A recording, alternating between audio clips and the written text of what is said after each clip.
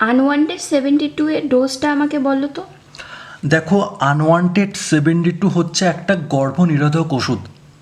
তো এর যে বাক্স তুমি দেখতে পাচ্ছ, সেই বাক্সের উপরেই লেখা কিন্তু 72, 72।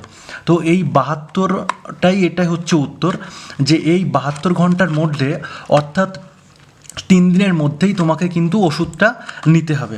তো তার আগে আমি তোমাকে ওষুধটা একবার দেখাবো। এখানে কিন্তু একটাই ওষুধ, এবং এই একটাই কিন্তু ওষুধ তোমাকে নিতে হবে, এবং এই ওষুধটা তোমাকে 3 দিন অর্থাৎ 72 ঘন্টার মধ্যে নিতে হবে। এবং এটা তুমি সকালে, বিকালে, দুপুর, রাত্রে যে কোনো সময় খেতে পারো, তার কোনো বিধিনিষেধ নেই। এবং এটা তুমি ঠান্ডা বা গরম জল এমনও কোনো বিধিনিষেধ নেই, তুমি নর্মাল জলেই খেতে পারো। কিন্তু এখন প্রশ্ন উঠছে, এটা কখন খাবে। বিষয় হলো, কোনো হাজব্যান্ড ওয়াইফ যদি তারা এই সিদ্ধান্তে উপনীত হয় যে তারা এখন সন্তান নেবে না, তো সেক্ষেত্রে কিন্তু এই ওষুধটা তাদের জন্য জরুরি।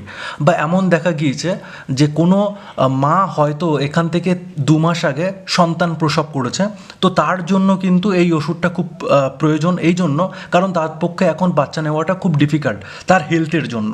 তো তখন কিন্তু এই ওষুধটা নেওয়াটা ভীষণই জরুরি। এর শুধু একটাই নিয়ম, সেটা হলো গিয়ে তোমার 3 দিন বা 72 ঘন্টার মধ্যে নিতে হবে। 72 ঘন্টার জায়গায় তুমি যদি 72 ঘন্টা 5 মিনিট করো, তাহলে কিন্তু ওষুধটা কাজ করবে না। এবং এর যে সাইড এফেক্টগুলো আছে সেটা আমি তোমাকে একটু বলতে চাই।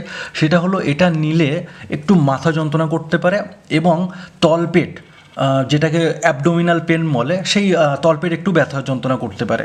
এছাড়া অনেক ক্ষেত্রে দেখা যায় যে এই ওষুধটা নিলে জরায়ু দিয়ে হালকা রক্তক্ষরণ হতে পারে, সেটা তোমার লাখে একজনের হয়।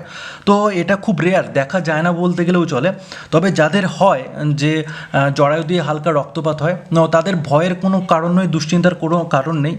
এটা একটা জাস্ট ওষুধেরই এফেক্ট। এটা খুব কম লোকের যদিও দেখা যায়, কিন্তু যদি কখনো আপনাদের কারোর এমন হয়, এর জন্য একদমই ভয় পাবেন না, ঘাবড়াবেন না।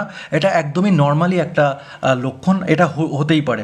এবং ওটা মানে যে এই নয় যে আপনার সামনের মাসে পিরিয়ড হবে না। ওটা যদি হয়, মানে জরায়ু দিয়ে যদি আপনার রক্তক্ষরণ হয়, তো আপনার নর্মাল যেমনভাবেই পিরিয়ড হয়, যে টাইমে পিরিয়ড হয়, সেই পিরিয়ডের সময়টা কিন্তু একই থাকবে, কোনো পরিবর্তন হবে না।